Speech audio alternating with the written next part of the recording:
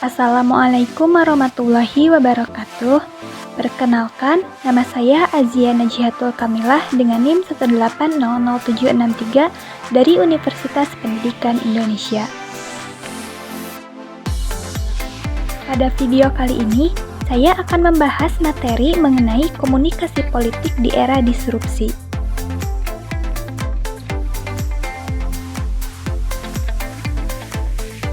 Video ini diajukan untuk memenuhi ujian akhir semester mata kuliah Sosiologi Politik.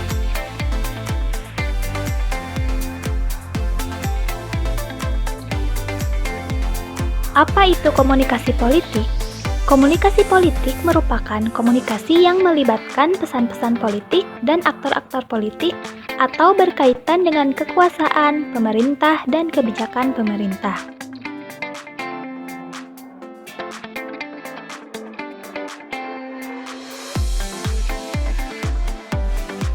Yang membedakan komunikasi politik dengan komunikasi biasa adalah pesan dan tujuan. Pesan dalam komunikasi politik berisi tentang visi misi, program kerja, kebijakan, dan yang berkaitan dengan kegiatan politik.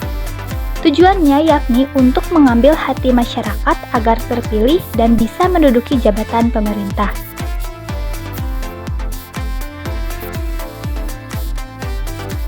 Adapun aktor-aktor komunikasi politik terdiri dari lembaga atau instansi pemerintahan, partai politik, serta para calon penjabat pemerintahan.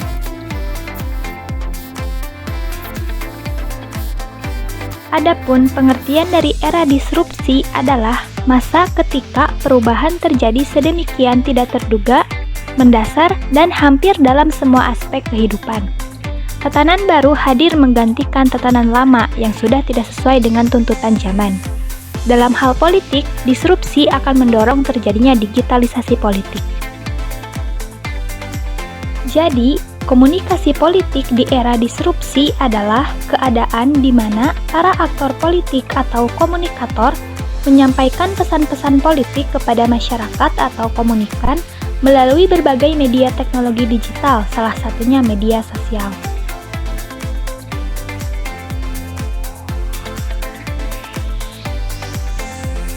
Selanjutnya, saya akan membahas mengenai bagaimana media sosial sebagai salah satu media digital dapat mempengaruhi komunikasi politik.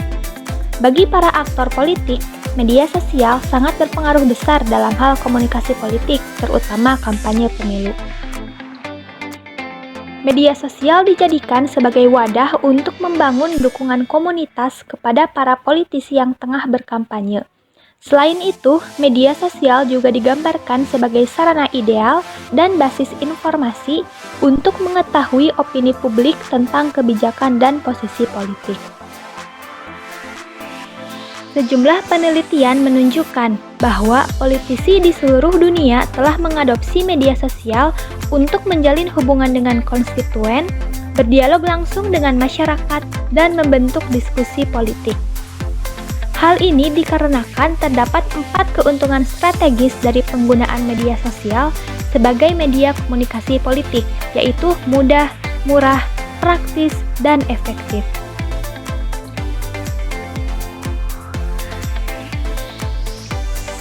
Keberhasilan penggunaan media sosial sebagai sarana kampanye merupakan salah satu kesuksesan Barack Obama dalam memenangi pemilihan Presiden Amerika Serikat. Sekitar 30% pesan-pesan kampanye Obama disampaikan melalui media sosial.